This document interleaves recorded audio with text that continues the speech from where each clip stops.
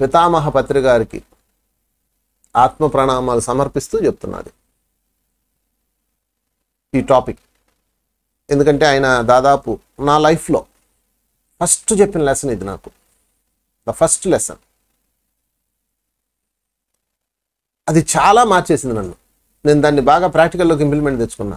ఊరికే వినడము కాదు, అవి నోట్ చేసుకొని ఇంప్లిమెంట్ చేయాలి. అప్పట్లో దాదాపు ఒక 25 ఏళ్ల క్రితం బిజినెస్లో ఉండేవాళ్ళం. ఎడ్యుకేషనల్ ఇన్స్టిట్యూట్ ఉండేది నాకు, అది నడుస్తుండేది. ఇటు స్పిరిచువల్ వర్క్ చేస్తుండేవాళ్ళం. ఇప్పుడు పూర్తిగా దాన్ని పక్కన పెట్టేసి ఒక 20 ఏళ్ళ నుంచి ఆల్మోస్ట్ నేను, నా మిత్రుడు నందప్రసాద్, శివప్రసాద్, తర్వాత దామోదర్ గారు, మేమందరం పూర్తిగా 100% ఇందులోనే ఉన్నాం. సో అప్పుడు ఆ బిజినెస్ చేసే టైంలో సార్తో జర్నీ చేయడం జరిగింది. అప్పుడు ఆయన చెప్పిన పాయింట్స్ అన్నమాట ఇవి. పిలిచారు, వంశీ వెళ్ళరా అన్నాడు ట్రైన్లో. దగ్గరికి వెళ్ళి కూర్చున్నాను. నీకు ఒక విషయం చెప్పనా అన్నారు. చెప్పండి సార్ అన్న. నేను చెప్పనా అన్నాడు. మనకు అలవాటే కదా, ఆయనే ప్లీజ్ ప్లీజ్ చెప్పండి సార్ అంటే వెంటనే నవ్వుతూ చెప్పాడు. ఏం చెప్పారో చెప్తాను చూడండి. ప్రతి మనిషి 3 కలిగి ఉండాలి అన్నారు.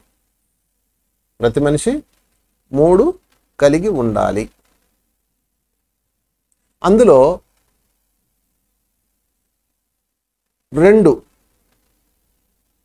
+ 1 3 అన్నమాట. 2 ఒక కేటగిరీ, 1 ఒక కేటగిరీ. 2 ఉండవలసినవి, 1 ఉండకూడనిది. 3 కలిగి ఉండాలి అన్నది బాగా ఊరిచి చెప్తారనమాట.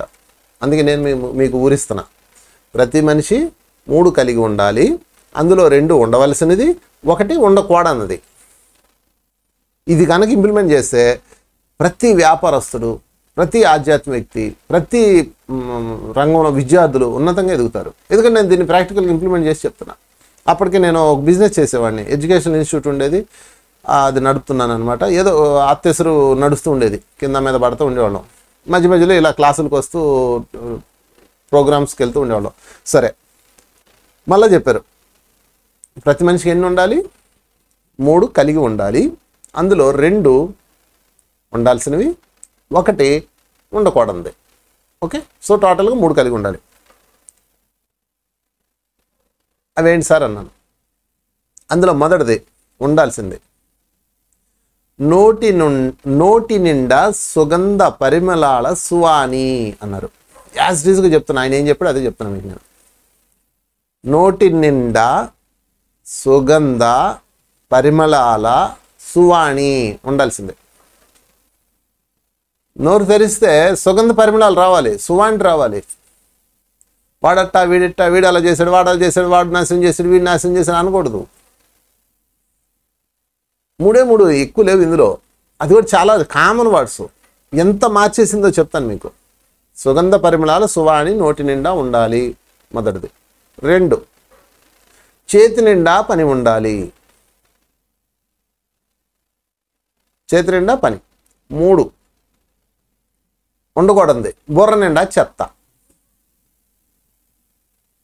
ఈ 3 మీ లైఫ్ మొత్తాన్ని మార్చేస్తాయి. ముందు నోటి నిండా సుగంధ పరిమళాలు సువాణి. ఓకే, అంటే మాట్లాడితే ఎలా మాట్లాడాలి? మనం అద్భుతంగా మాట్లాడాలి. వాడి వీడి మీద కంప్లైంట్ చెప్పకూడదు. ఎందుకు చెప్పకూడదు అంటే ఎవరి స్థాయిలో వాడు కరెక్టే. ఎవరిని మనం తప్పు పడతాము? వాడి జీవితం యొక్క చక్రాన్ని బట్టి, వాడి యొక్క ఆత్మస్థితిని బట్టి వాడు ప్రవర్తిస్తాడు. మనం ఎవరిని తప్పు పడతాం చెప్పండి ఫ్రెండ్స్? అందుకని ఎప్పుడూ కూడా నోటి నిండా సుగంధ పరిమళాలు రావాలంటే ఫస్ట్ అవగాహన చేసుకోవాలి. వాడట్టా వీడట్టా అని అస్సలు రాకూడదు. అది వచ్చింది అంటే మనకు అవగాహన లేదని అర్థం. మీ నోట్లో నుంచి కంప్లైంట్ వచ్చిందంటే మీరు ఏమాత్రం స్పిరిచువాలిటీలో ఒక్క పిసర కూడా ఎదగలేదని అర్థం. మీరు ఎంతో ధ్యానం చేయొచ్చు, ఇంకోటి ఏదో చేయొచ్చు, బట్ ఆధ్యాత్మిక ఎదుగుదల మాత్రం లేదు అని అర్థం. నోట్లోంచి కంప్లైంట్ వస్తాయి, ఎవరి కాళ్ళే చెక్ చేసుకోవాలి. నా నోట్లోంచి కంప్లైంట్లు వస్తున్నాయని. అంటే పిల్లలేదని అల్లరి చేసినా, లేకపోతే ఏదైనా తగులైనా అరవడం అది వేరు. కోపంలో ఇరిటేట్ అవ్వడం అది వేరు. అది సహజ లక్షణాలు. కంప్లైంట్ వాడు చూసావు ఏం చేశాడు ఇలాగనమాట. రోల్ వచ్చి మధ్యలతో చెప్పుకుంటుంది.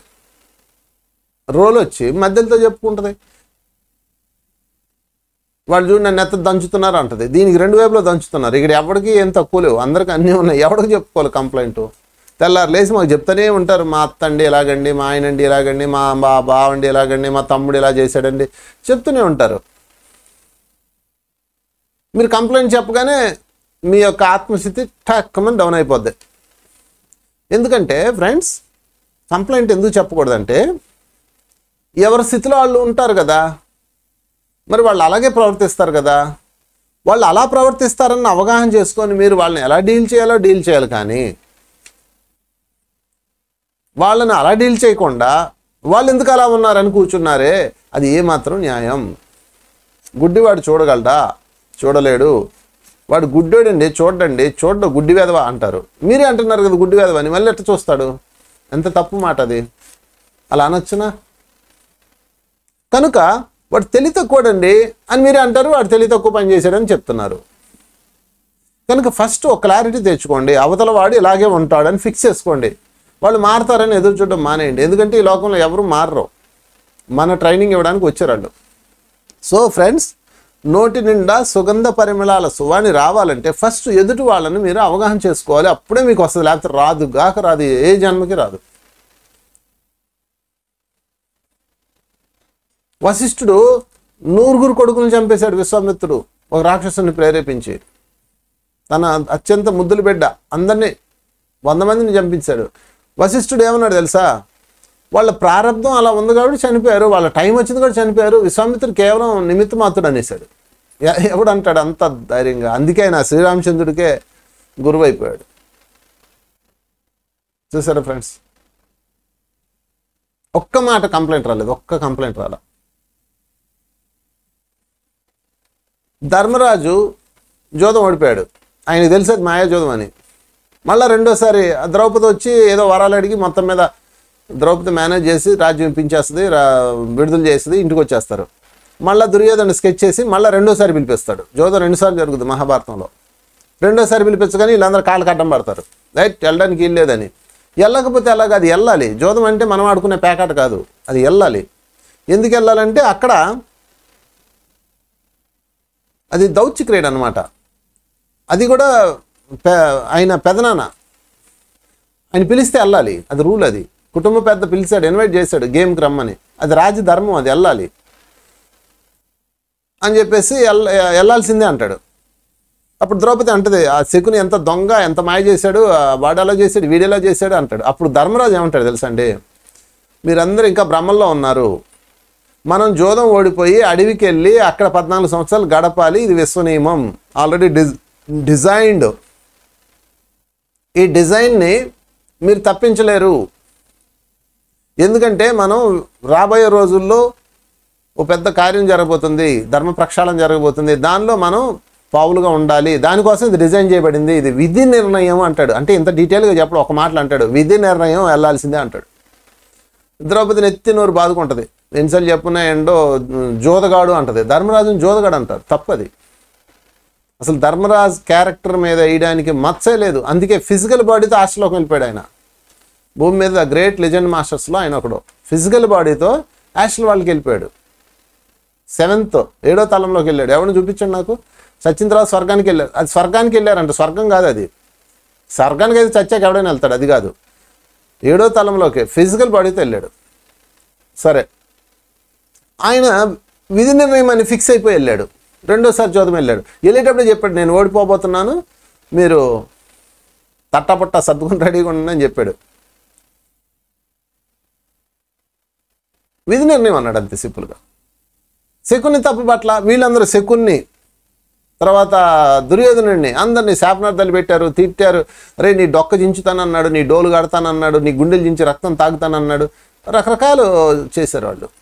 ఒక్క మాట కూడా మాట్లాడాల. చూడండి మహాభారతం స్టోరీ మొత్తం తీయండి. ధర్మరాజు పుట్టిన దగ్గర నుంచి ఎండ్ దాకా ఒక్క కంప్లైంట్ లేదు ఆయన నోట్లో నుంచి. అందుకే ధర్మరాజు అయ్యాడు. ఎన్ని యుగాలు గడిచిపోయింది? 5,000 సంవత్సరాలు గడిచిపోయినా అతని పేరు మనం తలుచుకుంటున్నాం. కృష్ణునన్న మాయావి అంటారు, కానీ ధర్మరాజుని శత్రువు కూడా నమ్మేస్తాడు. అది గొప్ప విషయం. కృష్ణుడిని ఎవరు నమ్మరు, వాళ్ళు కదా వీళ్ళే నమ్మరు. ఎందుకంటే కృష్ణుడు ఎత్తులు పై ఎత్తేస్తుంటాడు, ఎవరు నమ్ముతారు?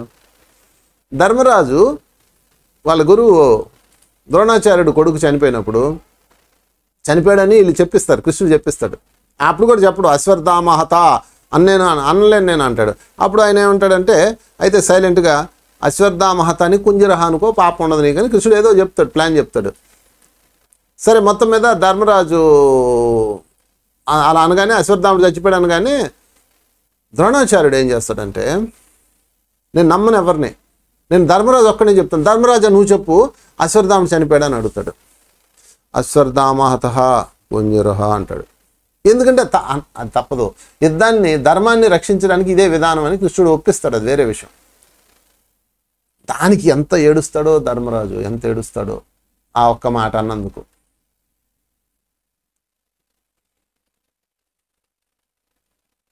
సో ఫ్రెండ్స్, దేన్ని తప్పు పట్టడానికి వీల్లేదు ఇక్కడ. ఎవరిని తప్పు పట్టామంటే నోట్లోంచి కంప్లైంట్ వచ్చేస్తాయి. అందుకే నోటి నుంచి సుగంధ పరిమళాల సువాని రావాలంటే ఫస్ట్ చేయాల్సింది ఏంటంటే ఐ ఆమ్ ద సోల్, వాడొక సోల్, వాడి యొక్క స్థితి అది, వీడి యొక్క నా స్థితి ఇది అర్థం చేసుకోండి. వాళ్ళ లోపలికి వెళ్ళండి, అర్థమైపోతారు. తల్లిదండ్రులు చాలామంది ఫస్ట్ కంప్లైంట్ చెప్పేది పిల్లల మీదే. చదవట్లేదు, నాకు ఫోన్లు వస్తుంటాయి అనమాట, మా అబ్బాయి అండి ఏదైనా చేయాలండి అంటది. ఏం చేయాలమ్మా అంటాను, చదవట్లేదండి. ఎంత మార్కులు వస్తున్నాయి ఏంటి అన్న, 85, 87 అంతేనండి అంటది. అంటే 100కి 200 వస్తాయమ్మా మీ ఊళ్ళో అన్నాను. అలాంటి తల్లిదండ్రులు ఉన్నారు. సో ఫ్రెండ్స్, నిజమే పిల్లలు చదవరు, ఫోన్లు చూస్తారు, అలర్ట్ చేస్తారు, ఏదో చేస్తూనే ఉంటారు. మీరు వాళ్ళు ఎందుకు అర్థం కారు మీకు, మీరు వాళ్ళలోకి వెళ్ళాలి. పరకాయ ప్రవేశం అంటారు దీన్ని. మీరు పరకాయ ప్రవేశం చేస్తేనే పత్రిజీ చెప్పిన మొట్టమొదటి రూల్లో ఉండగలరు. నోటి నుంచి సుగంధ పరిమళాలు వస్తాయి. పరకాయ ప్రవేశం చేయాలి. పరకాయ ప్రవేశం అంటే వాళ్ళ శరీరంలోకి మీరు వెళ్ళడం కాదు. పరకాయం అంటే వేరే వాళ్ళ బాడీ, అందులోకి వెళ్ళి అర్థం చేసుకుని రావాలి. దీనికి ఒక టెక్నిక్ చెప్తాను. 2 కుర్చీలు వేసుకోండి, ఒక కుర్చీ మీరు వేసుకోండి, ఇంకో కుర్చీ ఆపోజిట్ వేయండి. మీకు ఎవరి మీద అయితే కోపం ఉందో వాళ్ళు ఆ కుర్చీలో ఉన్నారనుకోండి, ఇప్పుడు మీరు ఈ కుర్చీలో కూర్చోండి, మీ కుర్చీలో మీరు కూర్చోండి. వాళ్ళ ఎందుకు తిడుతున్నారు, మీ అత్తగారో మీ ఆడపడుచో మీ తోటికోళ్ళో ఎందుకు అలా చేస్తున్నారు, మీకు కోపం వస్తుంటుంది వాళ్ళు చేసిన అధర్మాలు, వాళ్ళు చేసిన అన్యాయాలు చూసి. అప్పుడు మీరేం చేయాలి, ఆ కుర్చీలోకి వెళ్ళిపోండి. ఆ కుర్చీలో కూర్చోగానే వాళ్ళలో ఆలోచించండి. అప్పుడు అది కరెక్ట్ అనిపిస్తుంది, వాళ్ళు చేసింది కరెక్ట్ అనిపిస్తుంది. మళ్ళీ అలాగనే అక్కడే ఉండకండి, మళ్ళీ ఇటు వచ్చేయండి. ఇప్పుడు దాన్ని ఎలా ఎదుర్కోవాలో క్లారిటీ వస్తుంది. అలా కాకుండా మీరు అక్కడ కూర్చొని వాళ్ళని తిడతా ఉంటే, నోటిని ఉపయోగించుకుంటా ఉంటే అనాహచక్రం పోయి దరిద్రం తయారవుతుందే తప్ప, విశుద్ధం అంతా నాశనం అయిపోద్దే తప్ప no use my dear friends. కనుక ఎవరి స్థితిలో వాళ్ళు ఉంటారు, వారి ఆత్మస్థితి అంతే. ఇక వాళ్ళు అలా ప్రవర్తిస్తున్నారు కాబట్టి వాళ్ళని ఎలా డీల్ చేయాలన్నది ఆలోచించండి. ఇది అప్పుడే మీ నోట్లో సుగంధ పరిమళాలు వస్తాయి. లేకపోతే ధర్మరాజు ఎందుకు శకుని తిట్టలేదు, ఎందుకు దుర్యోధన తిట్టలేదు? లక్క ఇంట్లో పెట్టేసి 5గురిని తగలబెట్టారు. వాళ్ళు దుర్మార్గ చర్య అన్నాడే కానీ వాడిని నాశనం చేయాలి అనలా, కంప్లైంట్ ఇవ్వలేదు. చిన్నప్పుడు భీముడిని లోపలేసి చంపేస్తే హత్యా ప్రయత్నం చేస్తే కంప్లైంట్ ఇవ్వలేదు. వాళ్ళ స్థితి అంతే, వాళ్ళతో ఉంటే అలాగే ఉంటుంది అన్నాడు. వాళ్ళతో ఉంటే మనకి ఇలాగే జీవించాలి. రెడీయా, రాజ్యం కావాలా వద్దా, కావాలి, అయితే వాళ్ళతో ఉండాలి. ఉన్నప్పుడు పడాల్సిందే. ఒక ఇంట్లో అత్త కోడళ్ళు ఆడపడుచులు తోటకోళ్ళు అందరూ ఉంటారు, వీళ్ళు కొట్టుకొని చేస్తుంటారు. ఎందుకు ఒకే ఇంట్లో ఉండాలి? నేను అడిగాను, ఎందుకు మీరు ఒకే ఇంట్లో ఉండి చావాలి అందరూ అంటే, మేము వెళ్ళిపోతే ఇల్లు సొంతం చేసుకుంటారండి అంటుంది ఆమె, ఆ తోటకోళ్ళ వాళ్ళు. ఇంకా మేము పోయామంటే ఇల్లు అంతేనండి అంటుంది. అని చూసారా, ఇల్లు కావాలి, వాళ్ళు గొడవలు ఉండకూడదు. ఎట్లా సాధ్యం అవుద్ది? అందుకని ఫ్రెండ్స్, ఒకటి ఫిక్స్ అయిపోండి, వాళ్ళు అంతే. దీనికి ఒక ఫార్ములా చెప్తాను, వాళ్ళు అంతే, వీళ్ళు ఇంతే. ఫిక్స్ అయిపోండి, నేను అంతే. ఇది నోటి నుంచి సుగంధ పరిమళాలు రావాలంటే ఫస్ట్ చేయాల్సిన బేస్ రూల్. పరకాయ ప్రవేశం చేస్తే అర్థమైపోతారు. అప్పుడు అర్థం చేసుకొని మీరు ఒకటి రాసుకోండి, వాళ్ళు అంతే, మా అత్తగారు అంతే, మా ఆయన ఇంతే, రాసేసుకోండి. మీరు అనుకున్నట్టు ఎవరు మారరు ఇక్కడ, ఎంత భ్రమలో. అప్పుడే నోటి నుంచి సుగంధ పరిమళాలు వస్తాయి. లేకపోతే కంప్లైంట్లు వస్తూనే ఉంటాయి. మా అత్త చేసింది చూసావా, ఏడుస్తూనే ఉంటారు, అందరికి చెప్తూనే ఉంటారు. మా ఆయన ఏం చేశాడు చూసారా చెప్తుంటారు. రోజులు వచ్చి మధ్యలో చెప్పుకుంటున్నట్టు అనమాట. వాళ్ళందరికీ entertainment. Me complaint entertainment my dear friends, గుర్తుపెట్టుకోండి. కంప్లైంట్ ఎవరైతే చెప్తున్నారో, ఎవరైతే కంప్లైంట్ వింటున్నారో వాళ్ళందరికీ అది ఎంటర్టైన్మెంటే తప్ప ఇంత పిసరు కూడా మీకు మారదు. నేను చెప్తున్నాను, కావాలని చూసుకోండి. ఇప్పటి వరకు 100 మందికి చెప్పుంటారు మీ జీవితం గురించి. ఎవడన్నా మార్చాడా? ఏం మారదు. వాళ్ళు సరదాగా డీల్ చేసుకోవటానికి, వాళ్ళు వచ్చి పెద్దరికం పోజు ఇవ్వడానికి ఉపయోగపడుతుంది తప్ప ఎవడు మార్చాడు నీ జీవితాన్ని? చెప్పండి, చూపించండి నాకు. పెద్ద మనుషులు వస్తారు, 4 చెప్తారు.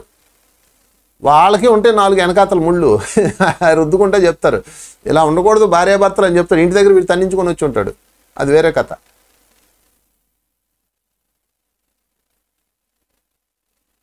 ఇది బాగా గుర్తుపెట్టుకోండి పాయింట్. So complaint waste.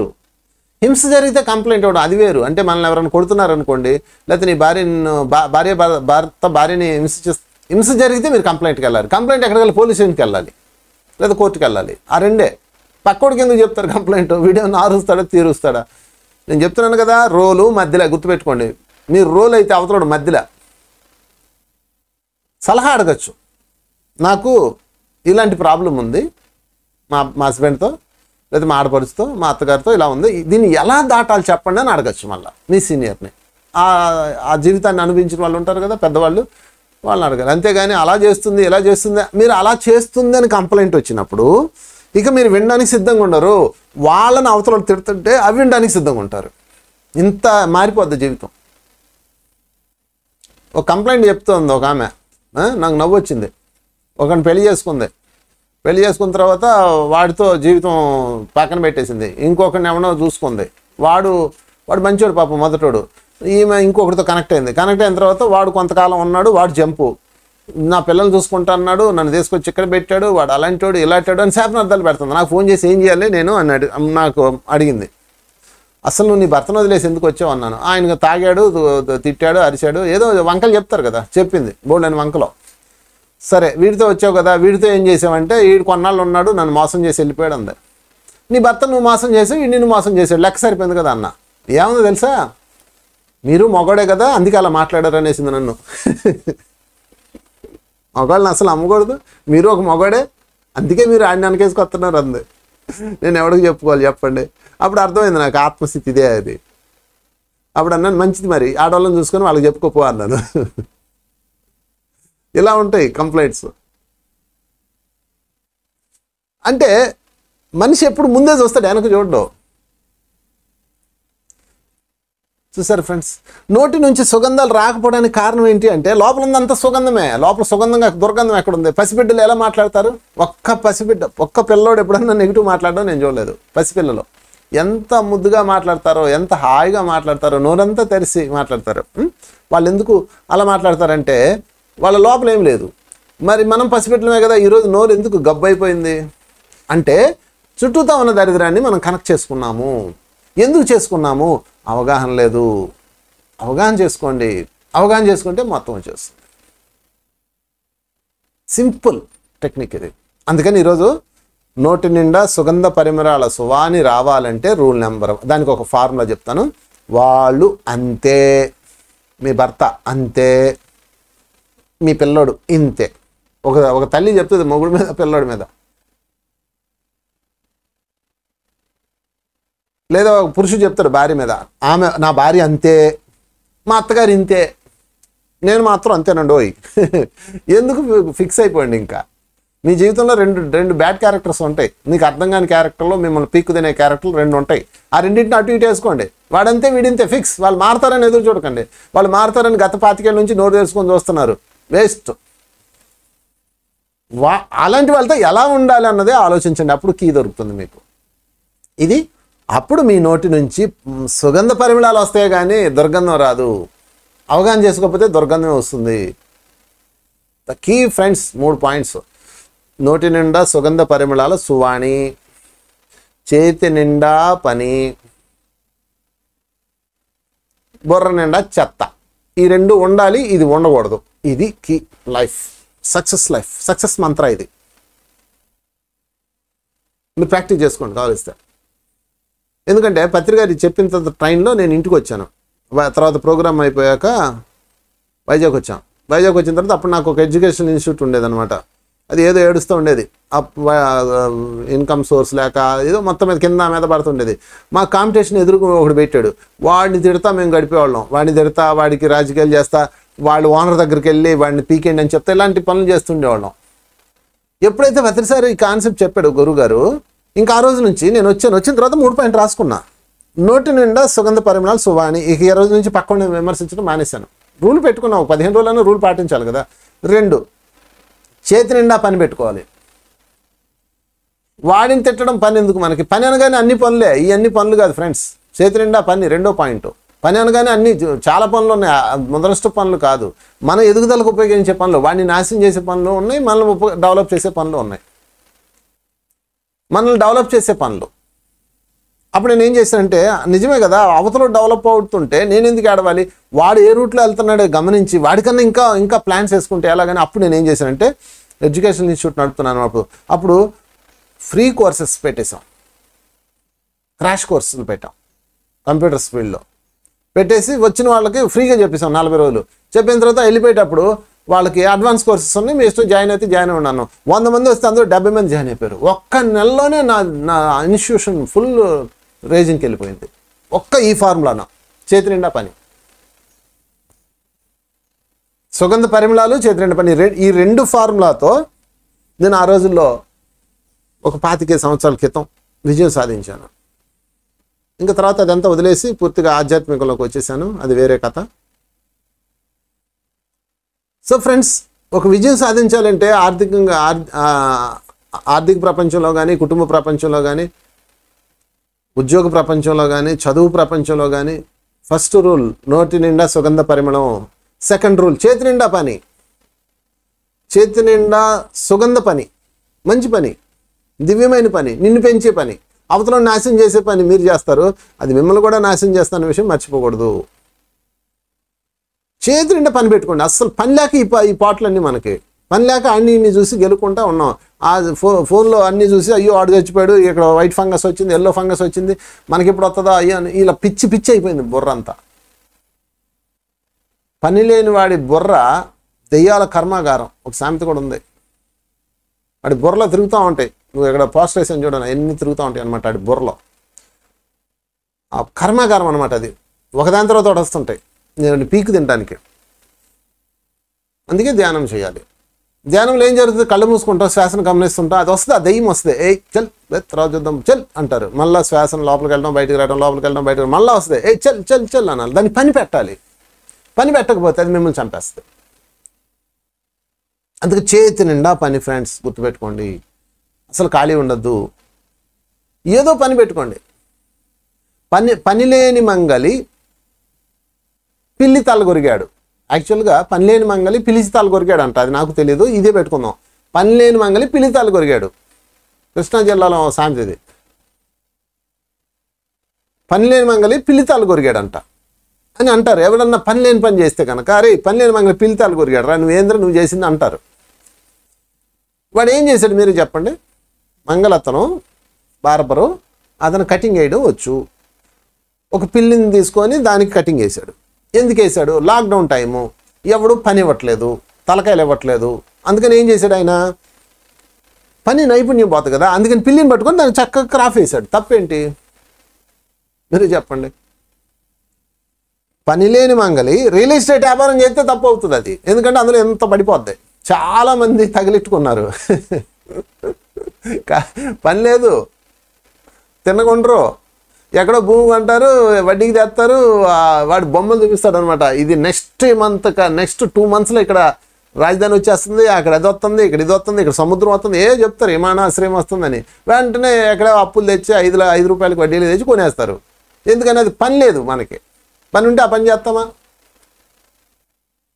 మొత్తం మీద ఇరుక్కుపోయాం. ఈరోజు అలా ఎంతమంది ఇరుక్కుపోయి ఉన్నారో తమ జీవితంలో సగం సంపద అంతా వడ్డీలు కట్టడమే సరిపోయింది, కష్టపడిన డబ్బు. కారణం ఏంటి? పని లేని మంగలి పిలితాలు కొరిగాడు. అంటే ఏంటి? మీ యొక్క వృత్తి నైపుణ్యాన్ని మీరు చేసుకోవాలి, ఇంకో పని చేయకూడదు. మీకు ప్రకృతి ఏ నైపుణ్యం ఇచ్చిందో అదే చేయాలి. నేను ఈ క్లాసులు చెప్పడం తప్ప ఇంకో పనిలో వెళ్ళి పెట్టను. పెట్టాను ఆల్రెడీ కాలనీ చాలా, అస్సలు పెట్టను. నా దగ్గర టాలెంట్ ఏంటి, దాన్ని నేను షైన్ అప్ చేసుకోవాలి. భగవంతుడు ఇచ్చిన టాలెంట్ అది. ఒక్కొక్కడికి ఒక్కొక్క ప్రత్యేకత ఉంటుంది. మీ లోపల ఒక ప్రత్యేకత ఉంటుంది, దాన్ని బయటికి తీయండి, దాన్ని షైన్ అప్ చేసుకోండి. అది చేతి నిండా పని. పని అంటే మళ్ళీ ఏది పడితే అది చేయకూడదు. చాలామంది ఎదుటోడిని చూసి కాల్చుకుంటారు. భస్మాసుడు ఏం చేశాడు? శివుని వరం అడిగాడు, ఏంటి కావాలన్నాడు. నేను ఎక్కడ చేయి పెడితే ఆడు చచ్చిపోవాలి అని, తగలబెడిపోవాలన్నాడు. ఓకే ప్రొసీడ్ అన్నాడు. అయితే దాపెట్టు అన్నాడు. శివుడికి డౌట్ వచ్చింది, ఈడేంట్రా బాబు నన్ను తలక పెట్టమంటాడు, టెస్టింగ్ అన్నాడు. శివుడు పారిపోయాడు, విష్ణు దగ్గరికి వెళ్ళాడు. విష్ణు సరే ఆడి సంగతి నేను చూస్తాను, నేను మోహినిలో మారిపోయి నేను నాట్యం చేసినట్టు నువ్వు చెయ్యాలి, అప్పుడే నేను పెళ్లి చేసుకుంటాను అన్నాడు. భస్మాసుడు బుర్రన్నాడైతే నువ్వు నాట్యం చేసినట్టు నేను ఎందుకు చేయాలి, నాకు వచ్చినట్టు నేను చేస్తాను అలా. లేదు నేను చేసినట్టే చేయాలి అందే. ఓకే చేస్తానన్నాడు. అనగానే ఇలా భంగ్యం పెట్టింది, ఇలా భంగ్యం పెట్టాడు. పెట్టగానే ఆ చేయిలోంచి ఆ పవర్ వచ్చి వాడు సర్రమని కాలిపోయాడు. చూసారా? దీన్ని అప్పటి నుంచి చూసి కాల్చుకోకు అని వచ్చింది. ఎదుటోడిని చూసి కాల్చుకోకు. ఎవడ ఒక్క బిజినెస్ క్లిక్ అయితే కరెక్ట్గా నెల తిరిగే తలకి ఆ లైన్లో 100 మంది అదే బిజినెస్ పెడతారు. ఈ 100 మందికి కాలిపోద్ది, అది వేరే విషయం. ఎందుకంటే ఎవరికి ఎక్స్పీరియన్స్ లేదు. అంతా కాలిపోయిన తర్వాత పొలో పట్టారు. చూడండి, మన చుట్టూతో మన జీవితాల్లో ఎన్నో అనుభవాలు ఉన్నాయి కదా. కనుక ఫ్రెండ్స్, చేతి నిండా పని పెట్టుకోవాలి. అది కూడా మనకి ఏ నైపుణ్యం ఉన్నదో అది మాత్రమే. మనకి చేతకాని పని, మనకి దాని మీద ఏదో డబ్బులు వస్తున్నాయని చేయకండి. ఒక వృత్తిని ఎంచుకోవాలంటే, ఒక పని ఎంచుకోవాలంటే ఫస్ట్ ఉండాల్సింది ఏంటో చెప్పమంటారా ఫ్రెండ్స్?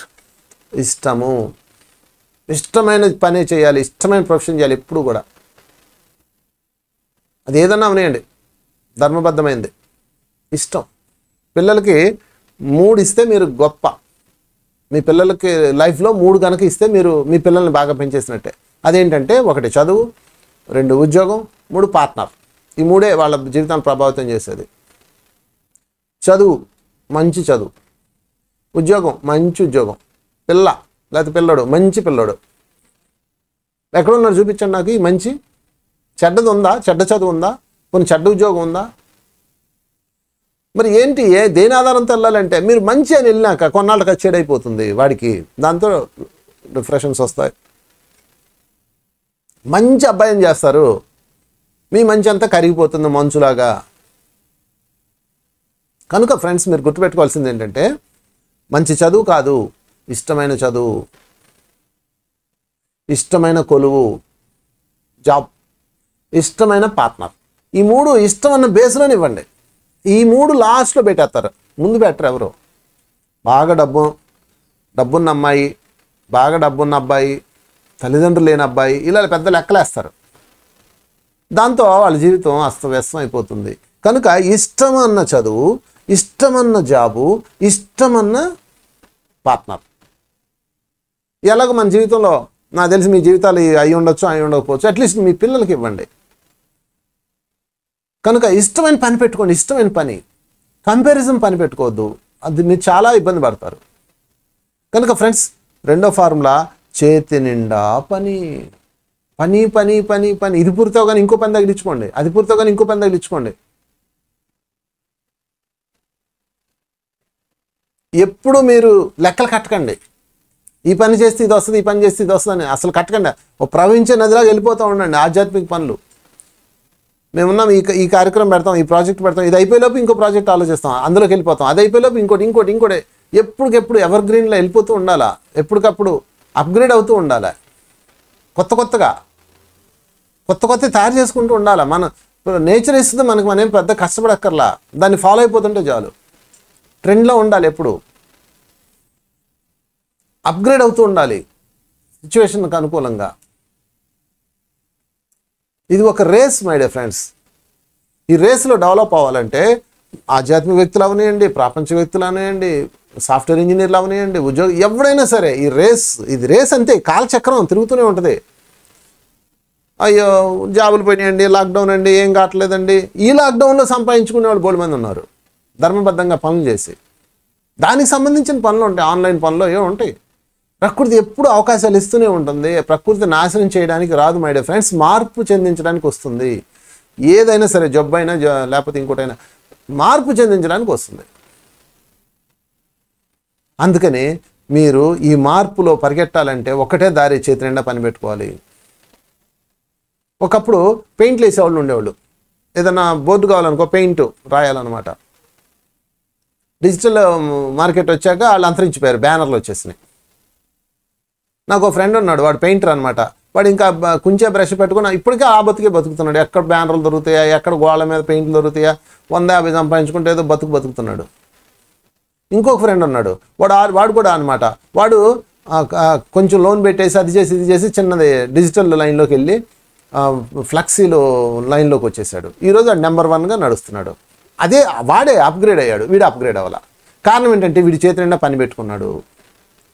డబ్బు గురించి ఆలోచించకండి, డబ్బు అసలు సమస్య కాదు. ఎప్పుడు డబ్బు యూనివర్స్లో ఉంటుంది. మీ చేతి నిండా పని ఉన్నప్పుడు, అది మీరు పని చేస్తూ వెళ్తున్నప్పుడు అది వస్తూ ఉంటుంది.